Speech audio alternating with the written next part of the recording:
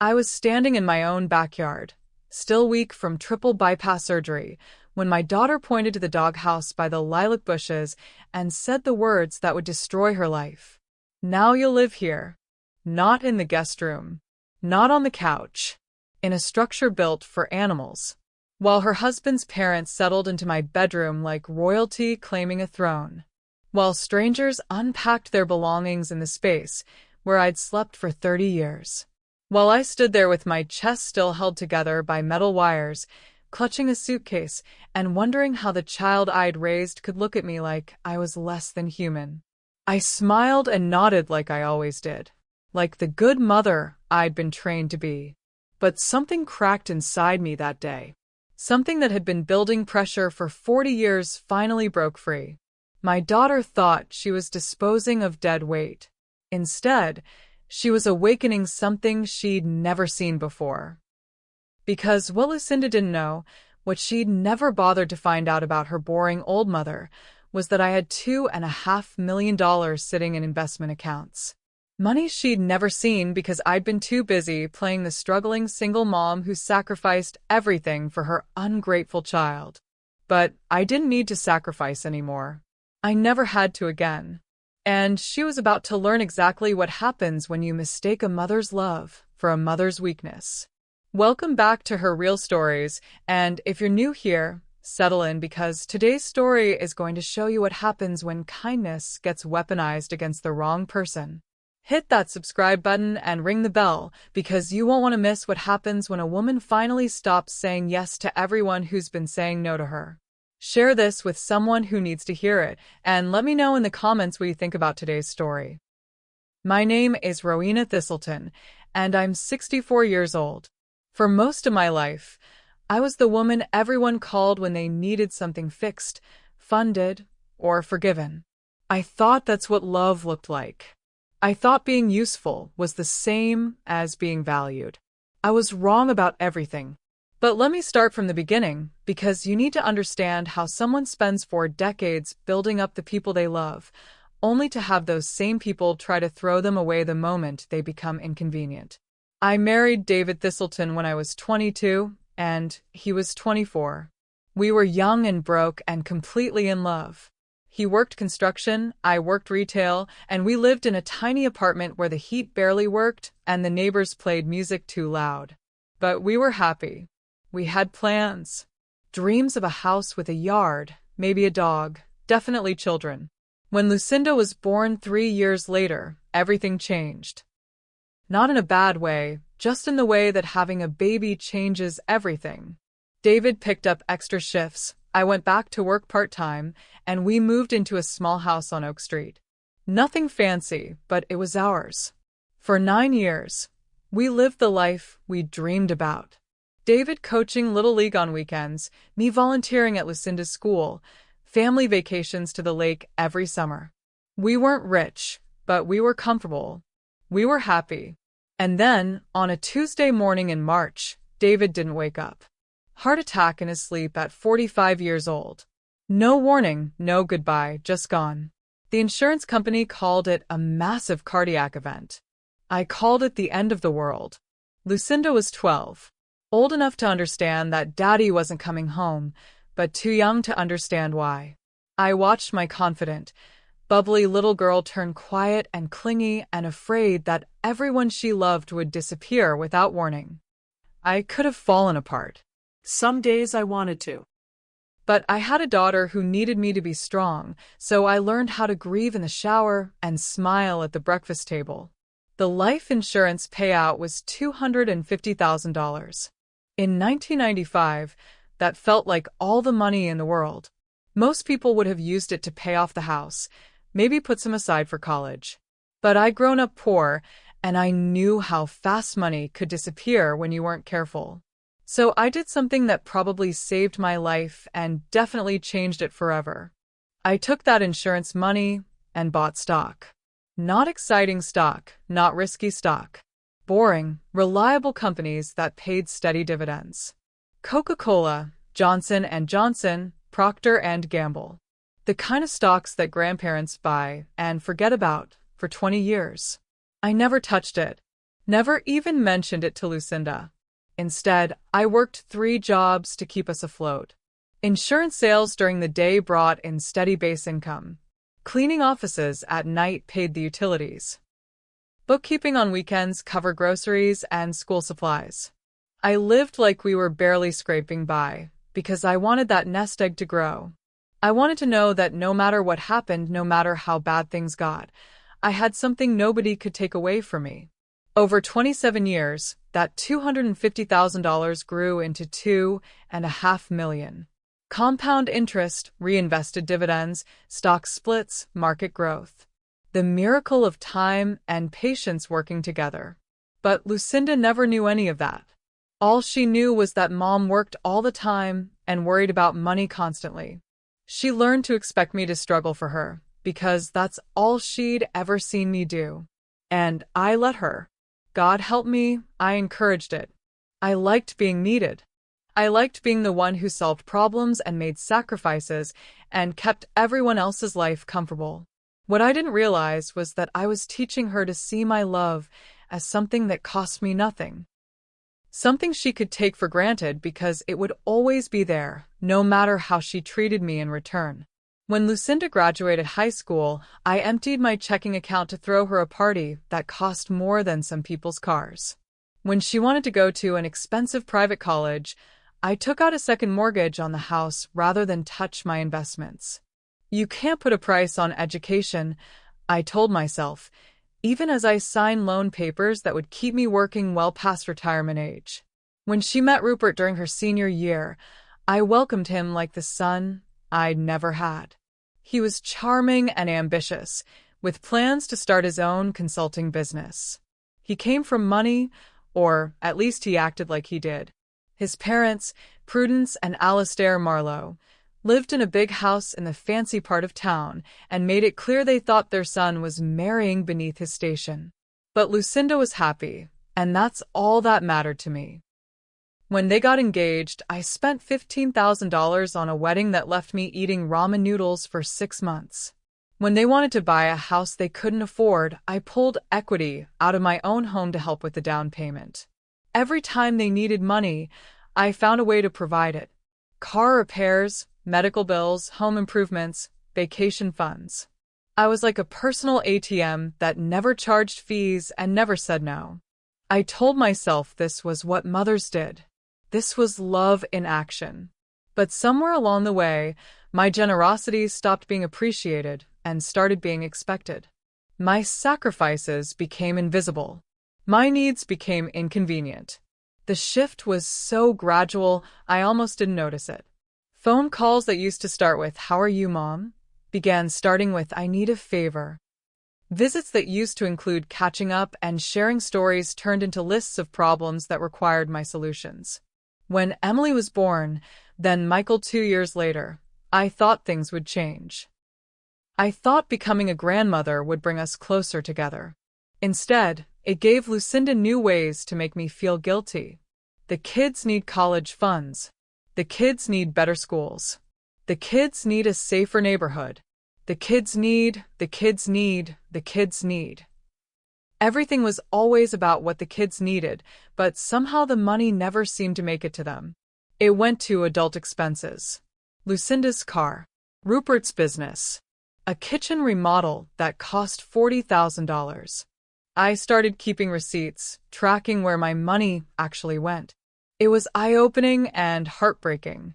Less than 20% of what I gave them actually benefited the children I was supposedly helping.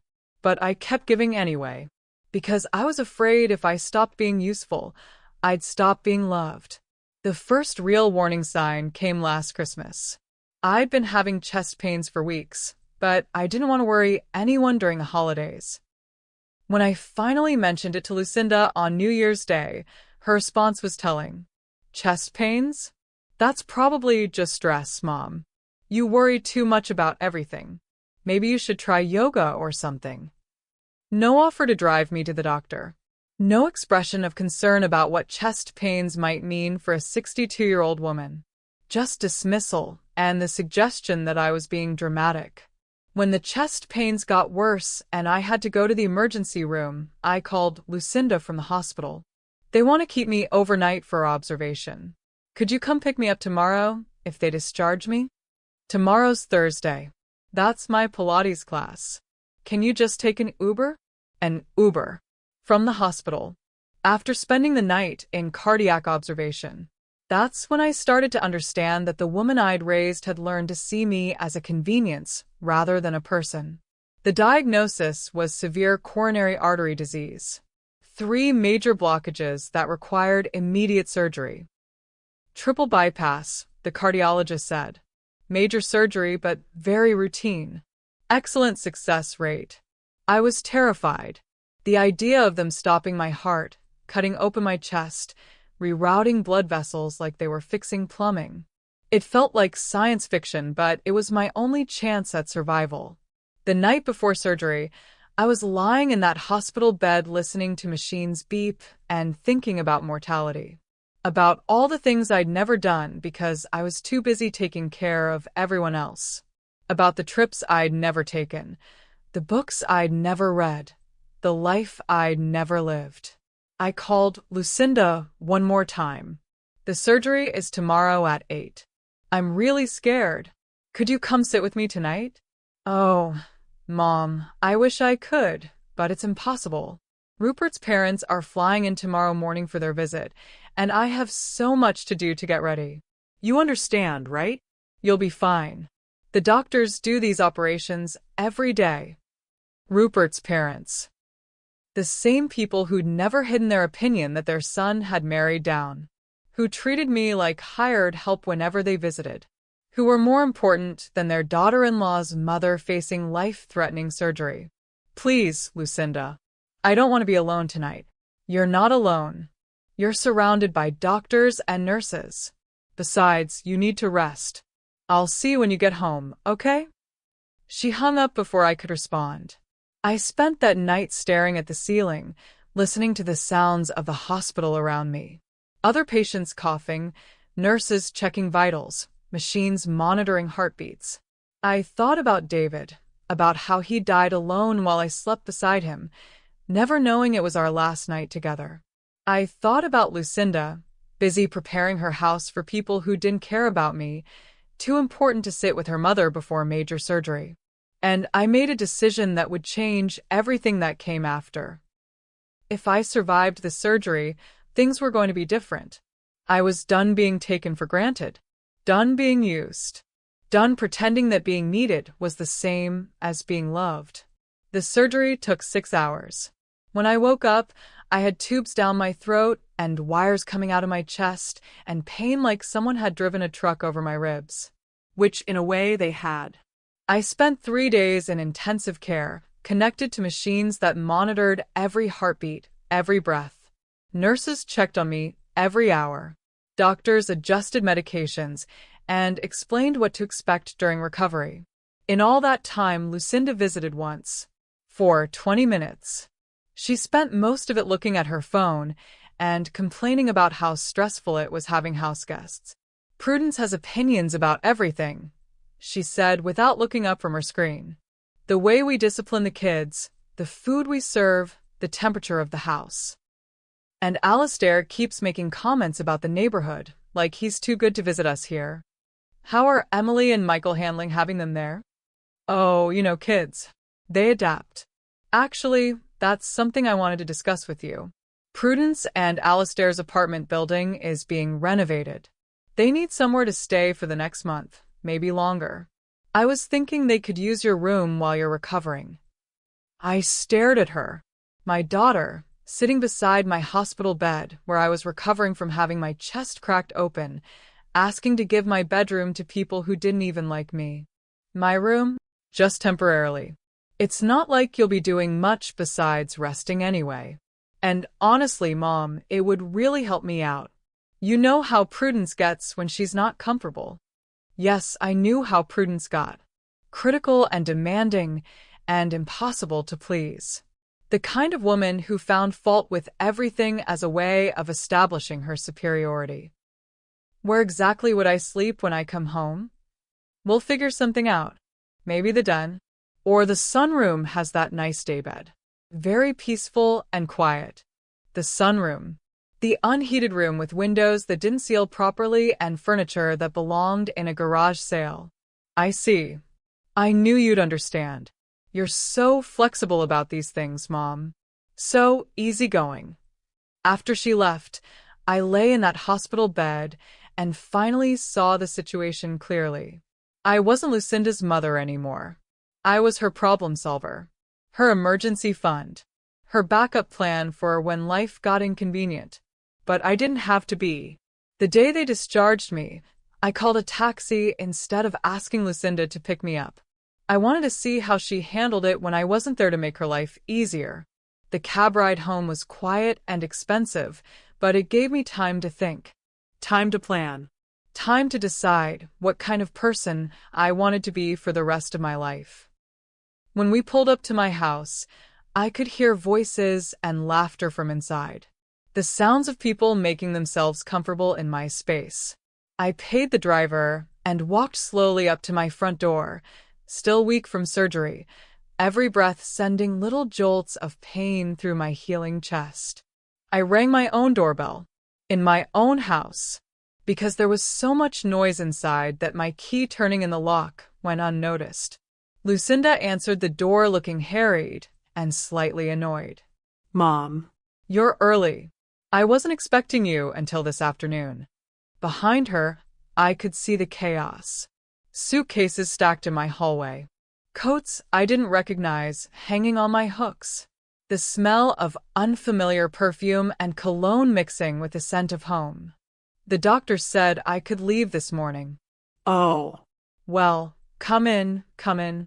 Prudence and Alistair are just getting settled. I stepped into my own home and felt like a stranger.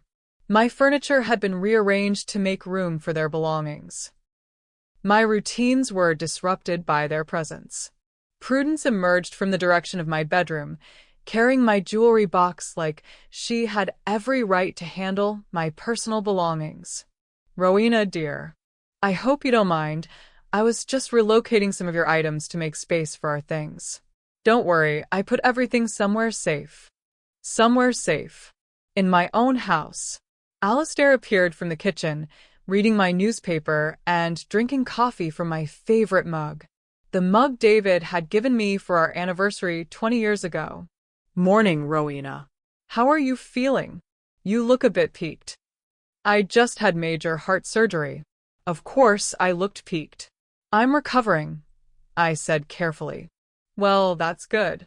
Prudence and I really appreciate you letting us stay here while our place is being worked on. Very generous of you. Letting them stay. Like I'd had a choice in the matter. Lucinda took my arm like I was an elderly patient she was managing. Come on, Mom. Let me show you the space we set up for you. She led me through my own house like I was the guest. Past the kitchen where Alistair had made himself at home. Past the living room where their belongings were spread across my coffee table. Through the back door into the yard I'd planted and tended for 30 years. The morning air was crisp and clean, but I barely noticed. My attention was fixed on what Lucinda was walking me toward. There, by the lilac bushes that were just beginning to bud, sat the decorative doghouse I'd bought 25 years ago. We'd been planning to get a golden retriever for Lucinda's 13th birthday, but then David died, and a puppy seemed like too much responsibility for a grieving family. The doghouse had just sat there ever since. Paint peeling, wood warping with weather, home to nothing but spiders and the occasional stray cat. Now you'll live here, Lucinda said, like she was presenting me with a thoughtful gift. I stared at that doghouse. A structure designed for animals. Big enough for a large dog, but certainly not suitable for human habitation. You're joking. It's actually quite charming when you think about it. Very private and peaceful. And you always said you wanted to spend more time in nature. I had never said that. Not once in my entire life. Lucinda, I just had major surgery. I can barely walk from the car to the house without getting winded. You're stronger than you think. Besides, It's just temporary. Until Prudence and Alistair find something more permanent. I stood there clutching my small overnight bag, looking at the doghouse with its peeling paint and sagging roof, and felt something fundamental break inside me. This wasn't about space. This wasn't about convenience. This was about hierarchy. About who mattered and who didn't. About whose comfort was important and whose could be sacrificed. My daughter, the child I'd raised alone after her father died, the woman I'd worked 3 jobs to support, the person I'd emptied my bank accounts for over and over again, had just told me I belonged with the animals. But here's what Lucinda didn't know. Here's what she'd never bothered to discover about the mother she'd taken for granted for so many years. I had options. Real options. Life-changing options. I smilte her. The same pleasant, accommodating smile I'd been giving people my whole life. Of course, sweetheart. Whatever you think is best. I went back inside and packed a proper suitcase this time. Not just overnight clothes, but everything I actually needed. My good jewelry, important documents, photograph albums, medication, enough clothes for a week. I kissed Lucinda's cheek like nothing had happened. I'll be staying somewhere else for a while. You all enjoy the house. She looked relieved. She'd expected tears, arguments, guilt trips about how could she do this to her poor mother. Instead, she got complete cooperation. You can visit whenever you want, she said magnanimously. This will always be your home too. I nodded and smiled and walked out of my own house carrying 2 suitcases and my purse. But I didn't go to a hotel. I didn't call a friend to ask for their couch. I drove 45 minutes to the address I'd memorized but never visited, and I used the key I'd been carrying for 3 months to open the door of my villa for the first time. It was even more beautiful than the pictures online. $2 million of white stone and marble floors and floor-to-ceiling windows overlooking the lake. The kind of space that whispered peace and possibility. I'd bought it the week before my surgery, planning to surprise Lucinda with the news that her mother wasn't the struggling single woman she'd always believed me to be. Planning to reveal that I had resources, that I could live independently, that our relationship could be about choice rather than need. Now, walking through rooms that belonged entirely to me, I realized the surprise was going to be very different than I'd originally planned. I opened every window and let the lake breeze flow through spaces that smelled like fresh paint and new beginnings. For the first time in decades, I was in a home where nobody needed anything from me. And that's when I decided it was time to start needing things from them. The first phase of my plan was simple: disappear. I changed my phone number, my address, my entire way of existing in the world. I wanted Lucinda to experience what it felt like to not be able to reach me whenever she wanted something. The old number went to a disconnected message. My mail was forwarded to a P.O. box. I became a ghost in my own life, visible only when I chose to be seen. It took her 3 days to realize I was gone. Really gone, not just staying at a friend's house or sulking in a hotel. I know because I drove by the house on Thursday morning and saw her standing in the front yard, phone pressed to her ear, pacing like a caged animal. By Friday, she was calling everyone we knew, trying to track me down. She called my doctor's office, but patient privacy laws protected me there. She called the hospital, but I'd already been discharged, and they had no obligation to tell her where I'd gone. She even called the police, convinced something terrible had happened. My mother disappeared after surgery, she told the officer, according to Margaret from the HOA, who heard the whole conversation. She's not answering her phone. Nobody knows where she is. I'm worried she's confused or disoriented from the medication. The police did a wellness check at my old address and found Prudence and Alistair very much at home in what used to be my bedroom. They confirmed that I'd left voluntarily with my belongings and that there was no sign of foul play. Maybe she just needed some space, the officer suggested. Recovery can be stressful. For the first time in her life, my daughter couldn't find me when she needed something. And she was beginning to understand that she needed me for a lot more than she'd realized. While Lucinda was panicking about my disappearance, I was settling into my new life like I'd been living it forever. I hired a housekeeper to come twice a week. I bought a car that didn't require constant repairs. I shopped for clothes that fit properly and food that I actually enjoyed eating. Most importantly, I contacted my financial advisor, Marcus Chen, who'd been managing my portfolio for the past 5 years. Marcus, I need to discuss some strategic purchases. Of course, Rowena. What did you have in mind? I want to buy my daughter's debt. There was a long pause. I'm sorry, could you repeat that? My daughter and her husband are behind on their second mortgage. I want you to find out who holds the note and purchase it. May I ask why? Because I want to control the terms of repayment. Marcus had been in the financial world long enough to recognize a family situation that had gone nuclear. He didn't ask for details. It took him 4 phone calls to track down Lucinda and Rupert's second mortgage. Some investment company had bought it from the original bank when they started missing payments. They owed $438,000 and were currently 90 days behind. The company is willing to sell for $400,000, Marcus reported. They'd rather have cash now than chase payments they're not sure they'll collect. Done. Set up a shell company to make the purchase. Call it Thistleton Holdings. And when do you want to notify them of the ownership change? Give me 2 weeks to get settled first. Then make it official. While Marcus was arranging the purchase of my daughter's debt, I was making myself visible around town in ways that would generate the right kind of gossip. I had lunch at the country club, wearing a dress that cost more than most people's monthly rent. I shopped at boutiques where Lucinda's friends worked, paying with credit cards that didn't have limits. I got my hair done at the most expensive salon in town and left tips that people would remember. Most importantly, I was mysterious about where I was living. I'm staying at a place by the lake. I'd tell people who asked. So peaceful and restorative. I'm finally able to focus on my own needs for once. The whispers started immediately. Rowena Thistleton, who everyone thought was struggling financially, was apparently living somewhere expensive and acting like money was no object. Word got back to Lucinda through at least 3 different sources within a week. Margaret from the HOA called her first.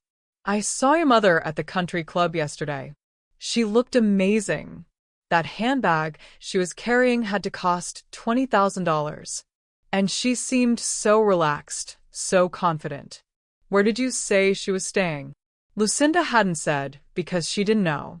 Then came a call from Janet Williams, who worked at the boutique downtown. Your mother was in yesterday buying the most beautiful clothes. She spent over $3,000 without blinking. Said she was updating her wardrobe for her new lifestyle. She seemed like a completely different person. Finally, Sarah from the hair salon. I have to tell you, your mother looked like a movie star when she left here. We did a complete transformation. She said she was tired of looking like someone's tired old mother. She wanted to look like the woman she really was. By the end of the week, Lucinda was frantic. The mother she'd always known, the woman who clipped coupons and shopped at discount stores and worried about every expense, had apparently transformed into someone with unlimited resources and a completely different attitude about money. More importantly, this mysterious new version of her mother was nowhere to be found when Lucinda needed to ask where all this money was suddenly coming from. That's when Marcus made his call. Mrs. Patterson? This is Marcus Chun from Thistleton Holdings. I'm calling about your second mortgage. I was sitting in my kitchen drinking coffee and watching boats on the lake while Marcus had me on speakerphone. I'm sorry, who? I've never heard of Thistleton Holdings. We recently purchased your mortgage from Meridian Financial Services. According to our records, your account is 90 days past due. We need to discuss immediate payment arrangements. The silence stretched so long I thought the call had dropped. That's impossible. We've been making payments. Ma'am, according to our records, no payments have been received in over 3 months. The total amount due is currently $438,000. If we don't receive full payment within 60 days, we'll have no choice but to begin foreclosure proceedings. There has to be some mistake. No mistake, ma'am. We'll be sending official notification by certified mail within 48 hours. You'll have 60 days from receipt to bring the account current. Good day. Marcus hung up and looked at me with something between admiration and concern. That was cold, Rowena. That was business, Marcus. Nothing personal. But it was personal. It was the most personal thing I'd ever done. That night, Lucinda tried calling my old number 17 times. When that kept going to a disconnected message, she started calling everyone she could think of who might know where I was. She called my old coworkers, distant cousins, neighbors from my previous address. She even called funeral homes in 3 counties, convinced something terrible had happened to me. Nobody could help her because nobody knew where I was. I'd effectively vanished from her world right when she needed me most. After a week of searching, she finally found me. I was having lunch at the Marina restaurant, sitting on the deck in the sunshine, when she appeared at my table like a storm system in designer clothes. Mother. She was breathing hard, like she'd been running. I've been looking everywhere for you. Where have you been? Why did you change your number? I've been worried sick. I looked up from my salad and smiled pleasantly. Hello, darling. You look upset. Is everything all right? Everything is not all right. Some company called Thistleton Holdings claims we owe them over $400,000. They're threatening to foreclose on our house. I don't understand what's happening. How terrible for you. Have you considered consulting a lawyer? A lawyer costs money we don't have. Mom, I need help. I need you to come home and help me figure this out. I am home, sweetheart. I gestured to the villa rising behind us, white stone gleaming against the blue sky. Lucinda followed my gesture, and her expression went from confusion to shock to something that looked like betrayal. You live there? Ida. $2 million of peace and quiet. It's amazing what you can accomplish when you stop giving your money away to ungrateful children. The words hit her like a physical blow. She actually stumbled backward. $2 million? Mom, where did you get $2 million? I've always had money, Lucinda. Your father's life insurance has been growing in investment accounts for 27 years. I just chose to live modestly while I decided how best to use it. But you worked 3 jobs. You took out loans. You acted like we were broke. I worked because I wanted you to learn the value of effort. I took out loans because I thought teaching you to be self-sufficient was more important than making your life easy. I acted like money was tight because I wanted you to appreciate what you had. You lied to me. I protected you from the knowledge that would have made you lazy and entitled. Unfortunately, you became those things anyway.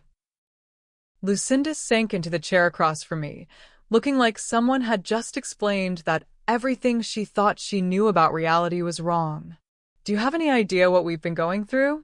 The stress, the fights about money, the sleepless nights. Do you have any idea what I went through working 60 hours a week so you could have dance lessons and designer clothes? What I sacrificed so you could go to private college without student loans?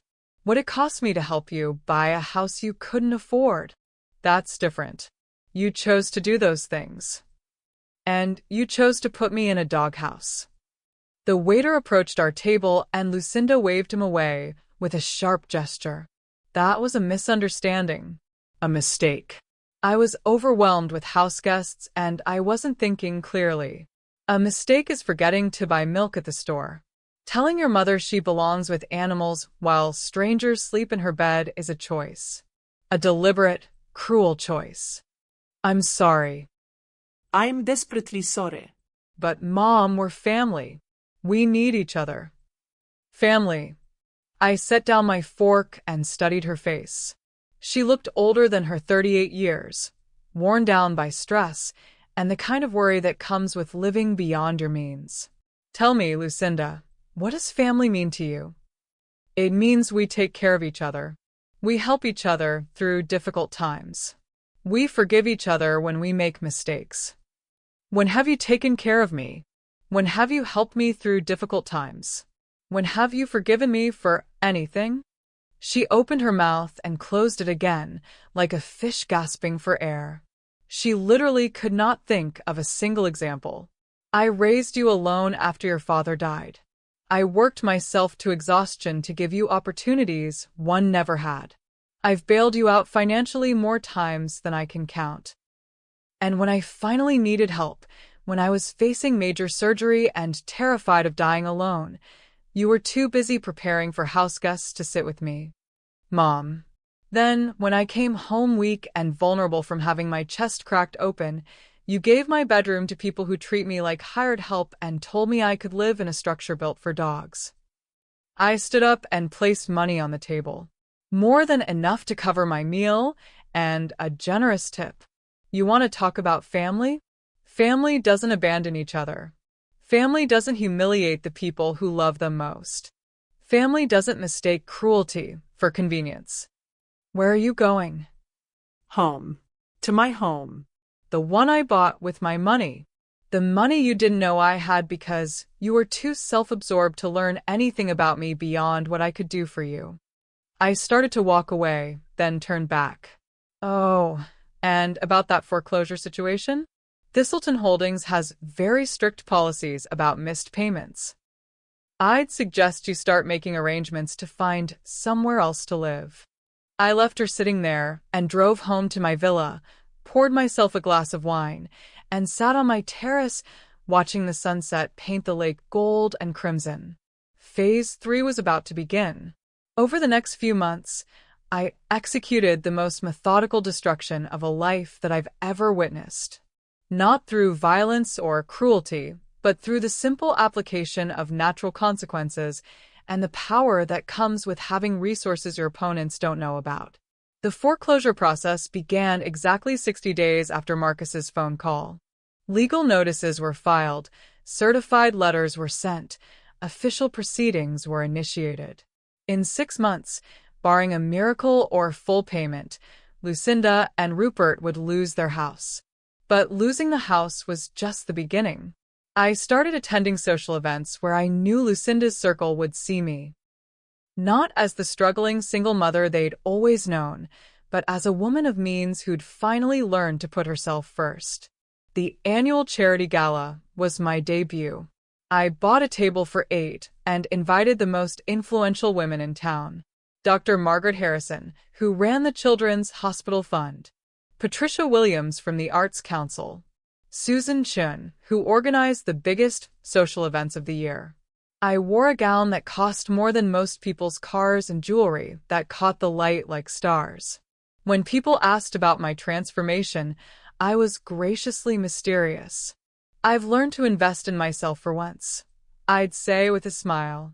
It's amazing what you can accomplish when you stop giving everything away to people who don't appreciate the sacrifice. The questions were inevitable. What changed, Rowena? You seem so different, so confident. I realized I was living my life for other people instead of living it for myself. When my own daughter suggested I'd be more comfortable living outdoors, I decided it was time to make some changes. The gasps were audible. The whispers immediate. She didn't really. Oh, but she did. She pointed to the doghouse in her backyard and told me that's where I belonged. While her husband's parents made themselves at home in my bedroom. I suppose she thought I'd be grateful for the outdoor accommodations. The horror on their faces was exactly what I'd been hoping for. Nothing destroys a reputation faster than words spreading that you've mistreated your own mother. That's unthinkable. I thought so too, but it clarified things wonderfully. It showed me exactly who she really was underneath all those years of pretty words and manipulation. Within 24 hours, the story was all over town. Lucinda Patterson, who'd always acted like she was better than everyone else, had tried to make her own mother live in a doghouse after heart surgery. The same mother who'd sacrificed everything to give her a good life. The social consequences were swift and devastating. Invitations stopped coming. Phone calls weren't returned. The cold shoulders were unmistakable whenever she appeared in public. But social humiliation was just the appetizer. The main course was financial destruction. I'd done my research on Rupert's consulting business, and what I found was even worse than I'd expected. He'd been inflating his client list, exaggerating his revenue, and living off credit for over 2 years. The house of cards was already collapsing. I was just helping gravity do its work. Through Marcus, I made some strategic phone calls to Rupert's biggest clients. Not to badmouth him directly, but to ask innocent questions about their satisfaction with his services. This is Rowena Thistleton from Thistleton Holdings. I'm considering Rupert Patterson for a consulting contract, and wondered if you could share your experience working with him. The responses were enlightening. Honestly, we stopped using his services last year. His recommendations weren't producing results. He seemed knowledgeable, but his follow-through was inconsistent. We're actually looking for someone more reliable. Word gets around quickly in business circles. When potential clients started hearing that existing clients weren't satisfied, Rupert's phone stopped ringing entirely. Meanwhile, the HOA violations were piling up like autumn leaves. Margaret Patterson, the Homeowners Association president, was surprisingly easy to motivate once she understood the situation. "Margaret, I'm concerned about property values in the neighborhood," I mentioned during one of our coffee dates. "I've heard there are issues with maintenance standards at some properties." "Oh, you must mean the Patterson house. We've had several complaints lately." "What kind of complaints?" "Overgrown landscaping, parking violations, reports of business meetings being conducted from the residents. The neighbors are starting to notice." I sighed dramatically. "It's so embarrassing. That's my daughter's house, you know. I used to live there myself before." I let the sentence trail off meaningfully. "Before she suggested the doghouse arrangement." I don't like to speak ill of family, but yes. It's been difficult watching the decline in standards since then. Margaret's expression hardened. She was the kind of woman who took property values very seriously.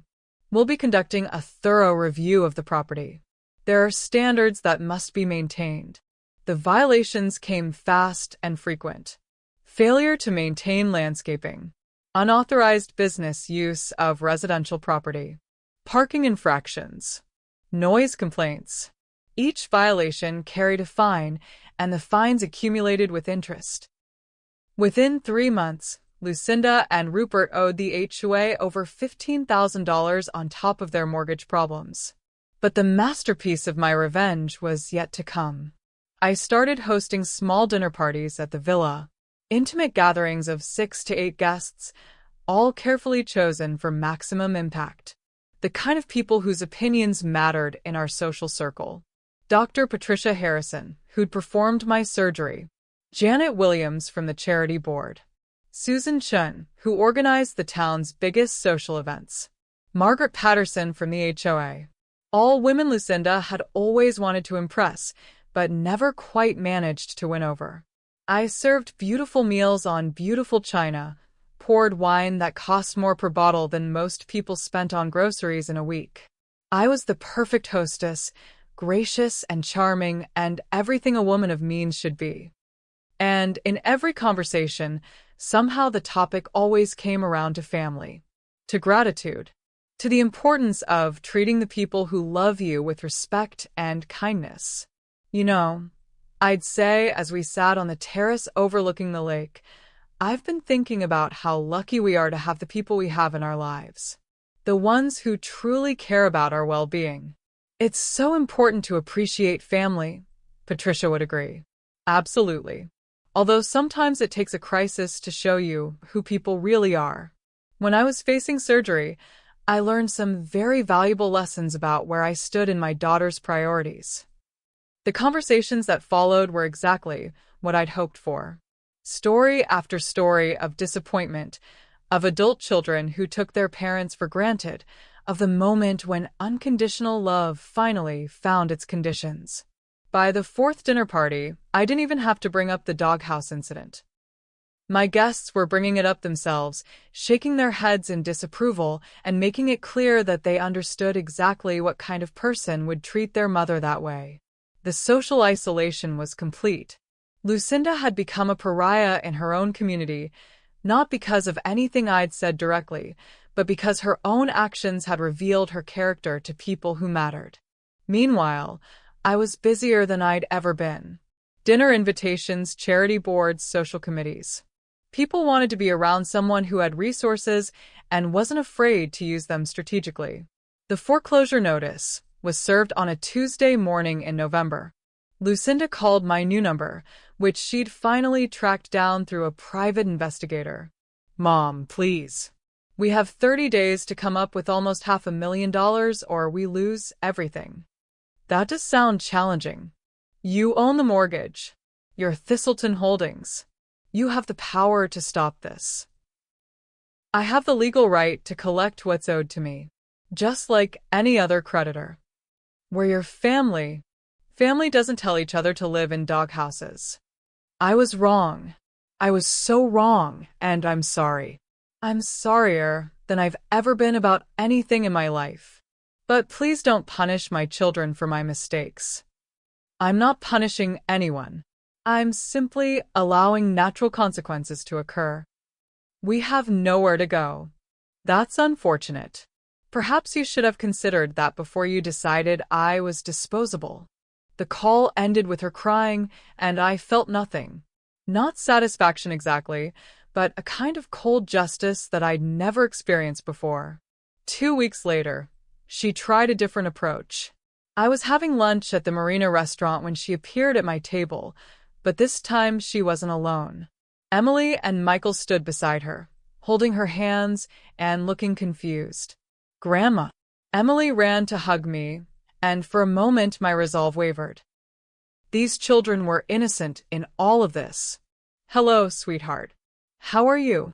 "We're sad," Michael said with the brutal honesty of childhood. "Mommy cries a lot now, and Daddy gets angry about money." Lucinda's face flushed red. "Kids, why don't you go look at the boats while I talk to Grandma?" After they were out of earshot, she leaned across the table. "Look at them, Mom. Look at your grandchildren. Are you really going to let them lose their home because you're angry at me?" "I'm not angry, Lucinda. Anger is an emotion. This is business. They don't understand why their friends at school whisper about us. Why we can't afford the things we used to buy.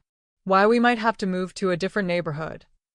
Then perhaps you should explain to them that actions have consequences. It's an important lesson. I'll do anything. I'll apologize publicly. I'll tell everyone I was wrong about the doghouse. I'll get on my knees and beg your forgiveness in front of anyone you choose. Public humiliation won't change what you revealed about your character that day. Then what do you want? Tell me what it will take to fix this." I looked at her, really looked at her. Thin from stress, hollow-eyed from sleepless nights, desperate in the way people become when they finally understand they have no power left. "I want you to understand that love isn't supposed to be one-sided. That family means caring for each other, not just using each other. That kindness isn't the same as weakness. I understand that now. I swear I do." Do you? Or do you just understand that you need my money? She had no answer for that. The children returned from looking at the boats, chattering about a sailboat they'd seen with colorful flags. "Grandma, can we come visit your new house?" Emily asked. "Mommy says it's really big and beautiful."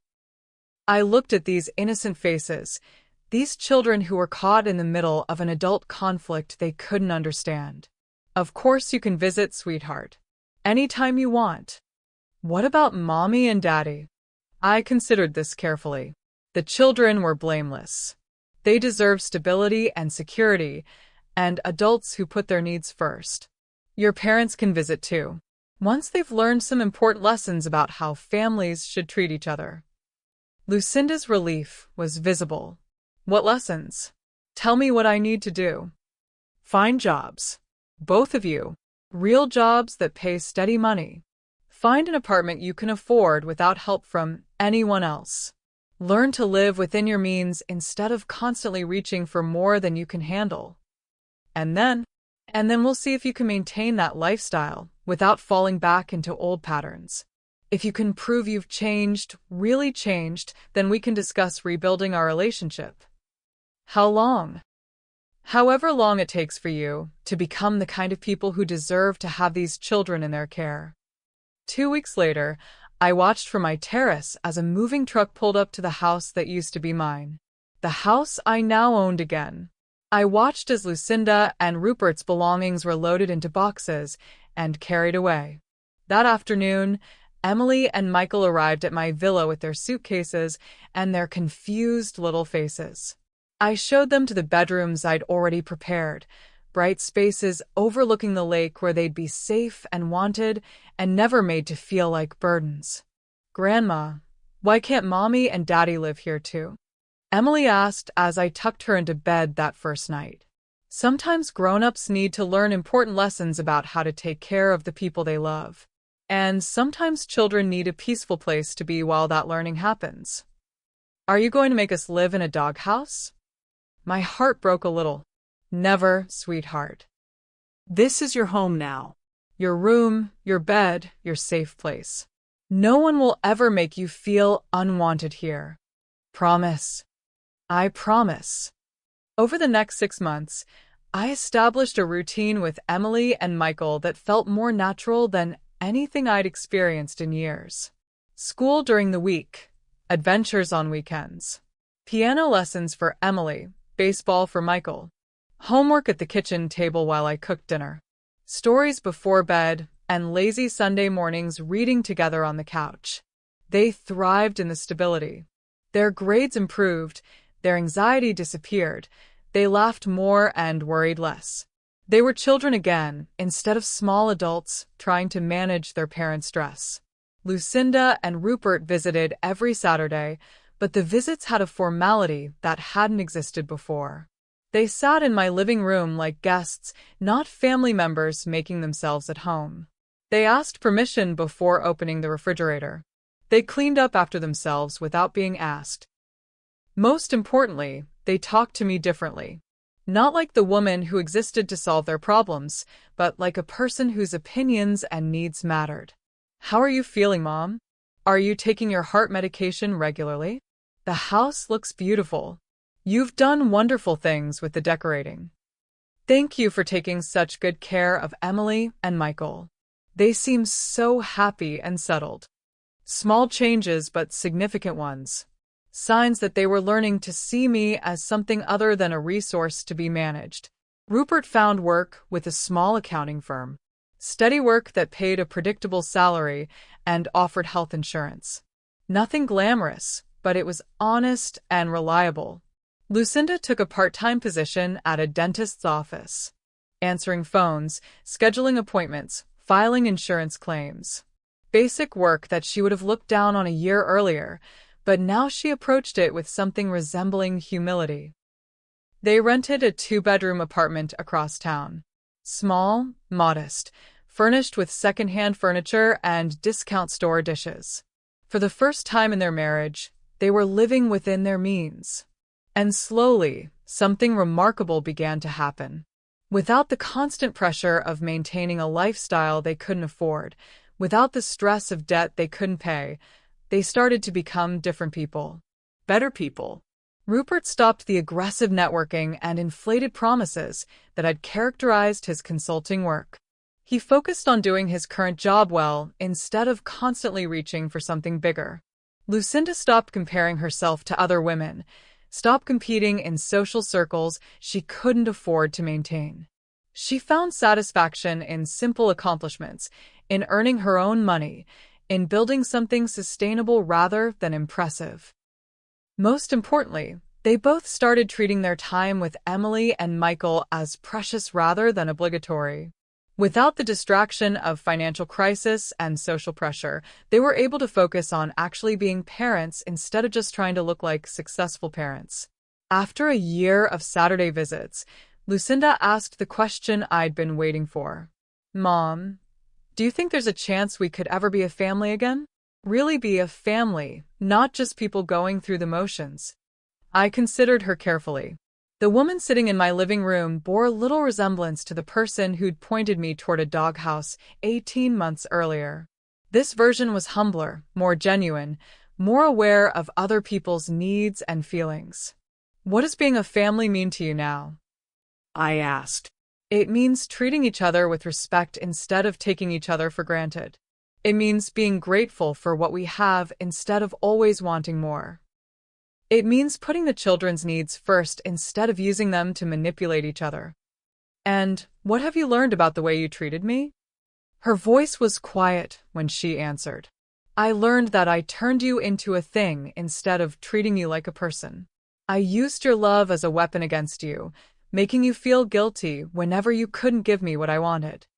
I convinced myself that your sacrifices didn't cost you anything because you chose to make them. And now I understand that choices made out of love are still choices. That giving someone everything they want doesn't teach them to be grateful, it teaches them to be entitled. That the kindest thing you did for me was to stop enabling my worst behavior. I nodded slowly. This was what I'd been waiting to hear. Not apologies born of desperation, but understanding born of genuine change. That Christmas, for the first time since David died, I hosted the whole family in my home. Not because anyone expected it or demanded it, but because I chose to. Lucinda and Rupert brought modest gifts they'd saved up to buy. Emily and Michael made handmade cards expressing gratitude for simple things like bedtime stories and Saturday morning pancakes. We said grace before dinner, something we hadn't done in years. I listened to Lucinda holding her children's hands, her head bowed, and saw tears of genuine thankfulness sliding down her cheeks. When it was her turn to share what she was grateful for, she looked directly at me. I'm grateful for second chances. I'm grateful for a mother who loved me enough to say no when everyone else was saying yes. I'm grateful that some people are strong enough to let you fall so you can learn how to stand up properly. After dinner, while the children played with their new toys, Lucinda and I cleaned dishes together like we used to when she was young. Mom, she said as she dried a plate, I know I can't undo the doghouse. I can't take back the cruelty or the years of taking you for granted. But I want you to know that I understand now what you were trying to teach me. What was I trying to teach you? That love has to be earned. That family means taking care of each other, not just taking from each other. That kindness without boundaries isn't really kindness at all. She set down the dish towel and turned to face me. You could have just written me off completely. But you didn't. You made me work for this. You made me prove I could change. That was the most loving thing anyone has ever done for me. I looked at my daughter, this woman who had caused me more pain than anyone else in my life, who had humiliated me in the cruelest way possible, who had taken my love for granted for 38 years. And I saw someone who had finally learned what it meant to be worthy of love. I have something for you, I said. I walked to my desk and pulled out a manila envelope I'd been carrying for months. What is it? The deed to your old house. I'm signing it back over to you. Her hands shook as she opened the envelope. Mom, I can't accept this. It's worth too much, and we haven't proven. You've proven enough. You've shown me you can live within your means, maintain steady employment, and put your children's needs first. You've earned the right to own your own home again. But the mortgage is forgiven. Thistleton Holdings is writing off the debt as a business loss. She began crying then, deep sobs of relief and gratitude and understanding. Why? After everything I did, why would you give this back to me? Because this was never about punishing you forever. It was about teaching you lessons you needed to learn. You've learned them. Now it's time to move forward. That night, after Lucinda and Rupert had gone home to pack their apartment and prepare to move back into their house, I sat on my terrace with a glass of wine and thought about the journey that had brought me here. 2 years ago, I'd been a broken woman standing in a backyard being told I belonged with animals. Tonight, I was a woman who had taught her daughter the hardest lesson love can teach, who had saved her family by refusing to enable their destruction, who had discovered her own worth in the process. The doghouse was gone, replaced by a children's playhouse where Emily and Michael could create their own adventures. The woman who had pointed to that doghouse was gone too, replaced by a daughter who understood the difference between love and manipulation. Most importantly, the mother who had accepted that treatment was gone forever.